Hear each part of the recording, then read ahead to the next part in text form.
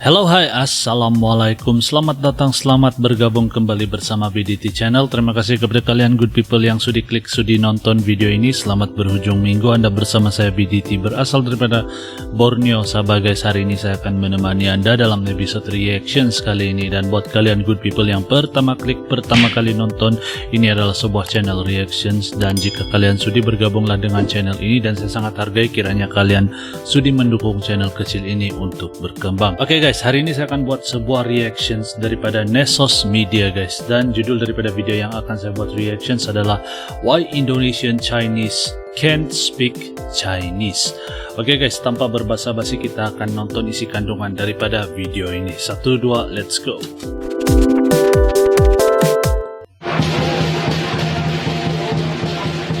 Wow, ini pesta Imlek nih guys. Berdasarkan sensus penduduk di tahun 2010, ada sekitar 2,8 juta keturunan Tiongkok atau Cina di Indonesia.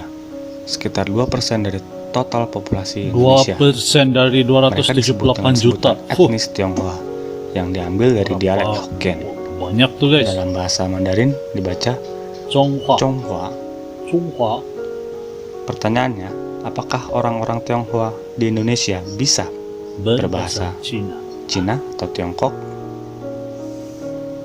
Sebagian orang Tionghoa di Indonesia bisa berbahasa dialek Tiongkok seperti Ken, Hakka atau Ke, dan juga Kanton. Tapi jumlahnya sangat sedikit.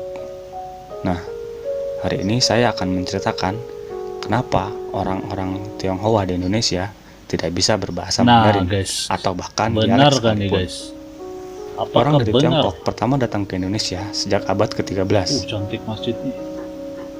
Mereka membentuk suatu komunitas di Lasem, Jawa Tengah, Sentral Jawa, yang nantinya disebut sebagai Tiongkok Kecil. Waktu itu, mereka hidup dan bekerja berdampingan dengan penduduk setempat atau biasa disebut pribumi. Perkawinan antar etnik juga adalah hal yang lazim terjadi pada waktu itu.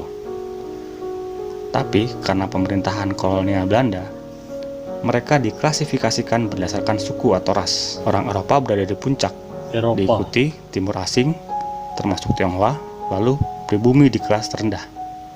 Saya akan menjelaskan masalah ini di video saya yang lain. Intinya, pembagian golongan ini berperan besar terhadap peraturan-peraturan diskriminatif di kemudian hari. Setelah Indonesia merdeka, Presiden pertama, Soekarno, melarang orang Tionghoa untuk berbisnis di luar daerah perkotaan.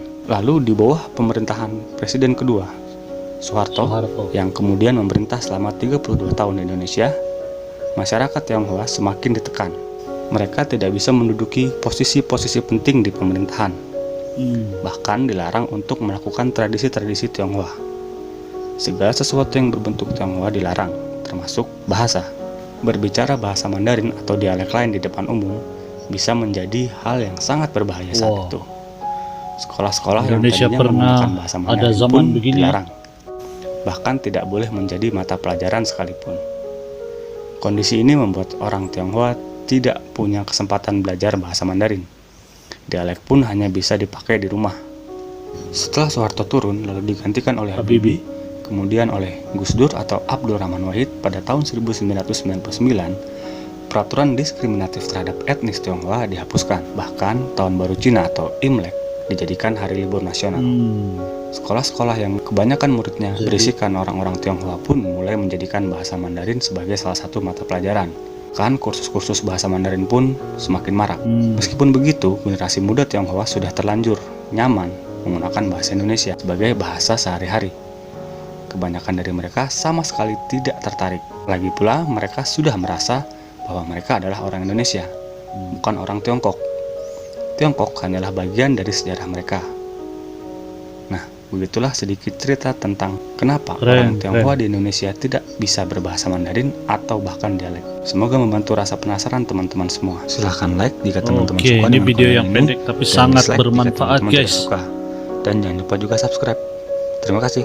Nah jadi demikian video yang kita baru nonton bersama guys. Nah itulah sebab kenapa orang Chinese Indonesian tidak bisa berbahasa Mandarin lagi. Sebenarnya bukan tidak bisa, tapi mereka sudah terbiasa kan, jadi sudah menjiwai Indonesia itu. Jadi secara tidak langsung mereka tidak lagi bertutur sehari-hari lah menggunakan, mungkin tidak menggunakan bahasa Mandarin lagi. Nah, jadi Tionghoa itu adalah sebahagian daripada sejarah lampau mereka, tapi mereka menganggap diri mereka itu sudah Indonesia banget. Jadi banyak yang menganggap Chinese Indonesian itu lebih berjiwa Indonesia sekarang. Jadi itu adalah hal yang positif, di mana orang lebih nampak positifnya sekarang. Menurut kalian pula bagaimana guys? Nah, komen di ruangan komen di bawah guys. Dan apakah benar Chinese Indonesian itu benar-benar tidak bisa berbahasa Mandarin lagi guys? Nah, kalian komen di ruangan komen di bawah, beri pencerahan kepada saya. Terima kasih guys.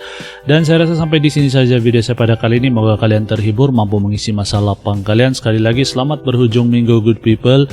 Dan kita akan berjumpa lagi di video yang akan datang. Salam santun, salam damai, salam silaturahmi. Assalamualaikum. Salam Nusantara.